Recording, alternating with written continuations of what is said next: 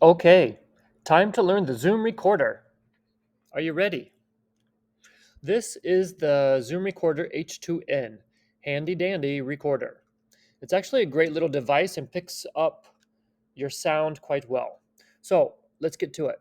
First of all, if your batteries run down, there is a cover to remove. You press these little dots here, hold, and slide. Boom. There we go. There are our two double A batteries. Okay, you'll notice that the little silk black thing is put under the battery. Now, that being said, continuing on. The on button is down here where it says hold. Press and hold, and a little red light comes on right there, and you'll see the screen.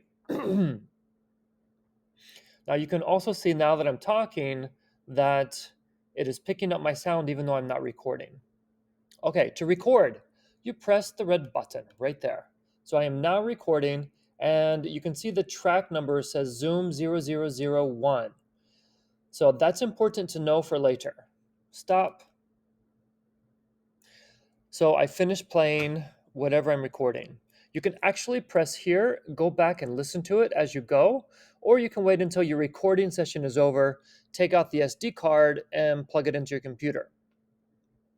So recording, these sound levels are really important. You see the left and the right.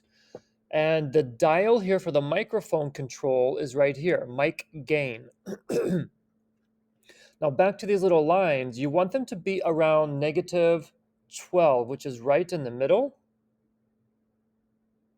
So if it's too loud, like right now I'm just barely talking, then I need to turn my mic gain down a lot lower.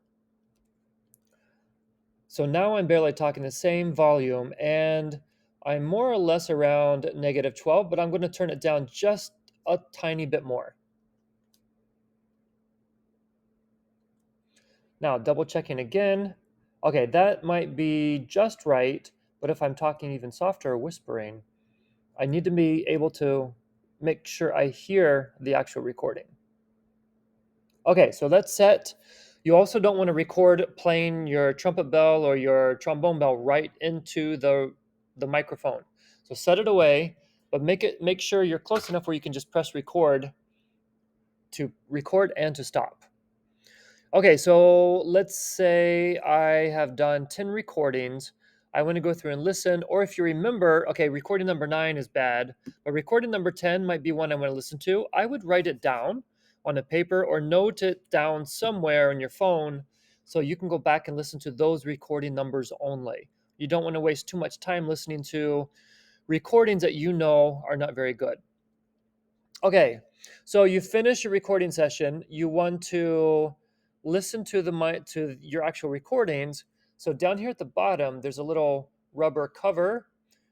There's a little slot to put your fingernail in.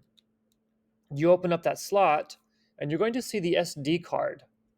Well, what I do is I press the SD card, and it actually pops out a little bit, so I can pinch and pull it.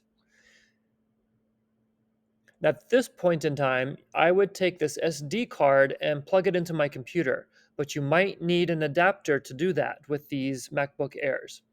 So you plug that in, you copy the recordings you want onto your desktop so you can save them for later to choose the best recordings. Okay, you've done that. I'm going to put the SD card back in. It's a little bit tricky. Make sure it's facing the correct way.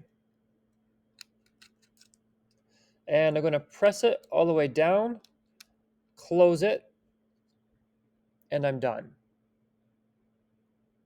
Actually, before you close it all the way, you could delete the files from this SD card when it is connected to your computer.